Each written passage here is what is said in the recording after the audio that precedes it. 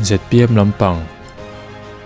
hi chepui rep view mai Lokayukta uta case load amai ro chu CBI tehnena transfer tura an ngen na tupui hen irregularities in the constructions of Durtlang through Chaltlang roadway and sakor muituai skywalk ma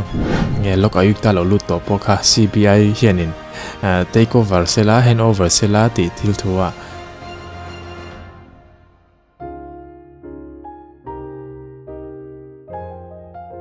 ole hei voin nia chuan hei news ate pon anon puanga thil hit tak mai nin ka ria ZPM lampang hi chepui rep view mai kan ti dona mi ta hianin Mizoram Lokayukta ai chairperson address in lekhan thelu drup maya chuta chonin hemi Lokayukta case lut te CBI nena transfer tur ma CBI chui tura transfer tura ngen na lekha ni rup maya engponi se han bi cheng thokila kan tilian deunga with reference to the subject cited above, we, the legal department, ZPM, do hereby submitted an application for refer and transfer the below mentioned serious complaint to the CBI for investigation, and this application is for your kind consideration and necessary action. Mamin laksak turin gan nge na che ti velani. Pakhat na chuanin that there are serious complaint or cases related to the misappropriate, mismanagement and irregularities pending for disposal before you, in which the interests of people of Mizoram and the state itself are at stake, and such cases are listed in the table below. Rondia en case te hi anitani CBI chui tura transfer tura ngen na ania MLC number 37th of 2021 ania tupui hen irregularities in the constructions of Durtlang through Chaltlang roadway and sakor muituai skywalk ma this one heng neu hi chu kan receive an action safe vak ngai chong lawa hei complaint petition receive on ni somni pali thlasom bat kumsang ni somni pakhata receive ania decided to proceed for PE tura da ania present status investigation pending with SCB nen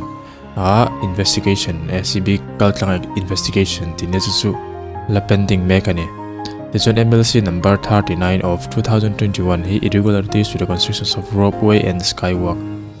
nile hi sang hi somni pania case load complaint receive ania hepo amamiang thau SCB investigation pending with SCB thau ania somli pakhat na hian MLC number 41 misappropriation of NABARD loan for construction renovations of school in Mizoram hepo hin soilar khop mai NABARD suma school siam that lek sak that kha ani bokani te jonin somli panina han mismanagement in the renovation works of Lengpui Airport hepo hi kan soi loi thin kha ania kumsang ni somni pania complaint siamania reply awaited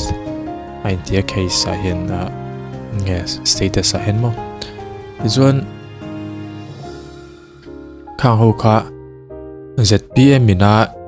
Lokayukta uta case load amai ro chu CBI tehnena transfer tura an ngen na khania tonight chawa timete ang tonight chawa engen yang operation lampang te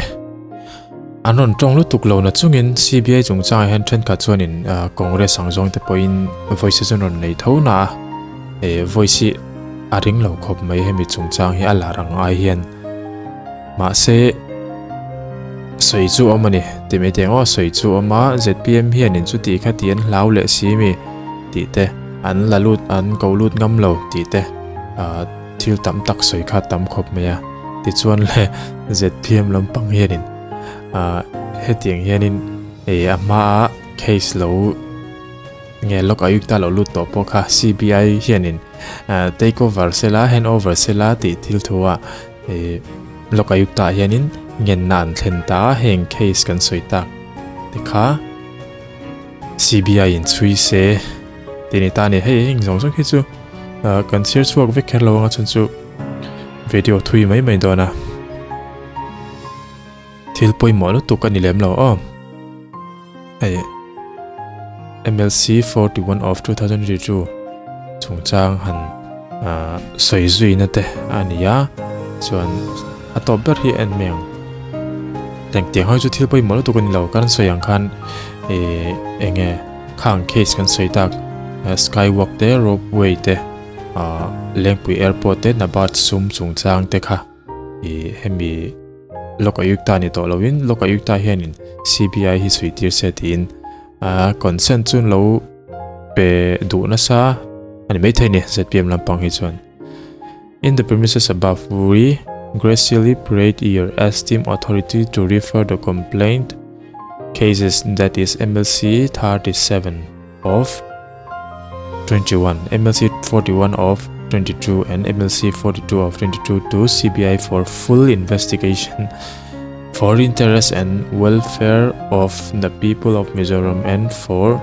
eradication and eliminations of corruption in the state of Mizoram. Mizoram corruption about thai nante ti tlem nante tin mi pui poi na kan zalen na kan duty nge kan right kan mu thai na turin heng te hi CBI ne na hianin fully investigation chui na nei turin an ti ni heng hi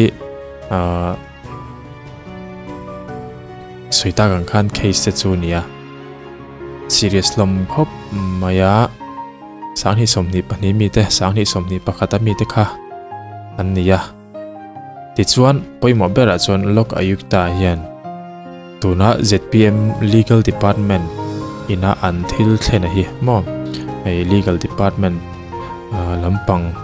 final siama pachuawin minga saina lalun moi secretary minga sign boka an ngen na hi an ti hlotlin sakdon em ti hlotlin lo hi chu ZPM thuni lova CBI kutahlan tur chungchanga hian hei ZPM lampang po hianin ngen na an siamania athunei na zoka chu anlo hlane mo hlan loe mo chu mi thunei na zoka chu Mizoram Lokayukta kutania an hlan don nge don lo ti hi shet thei poni lem lova maro chun hlan emo hlan lo ni point hemi chungchang hi chu mi puin kan ngai ven veu thain ka ria an hlan ni tura po han ngai bok tiang ti jong khatun tum video chu ni ro se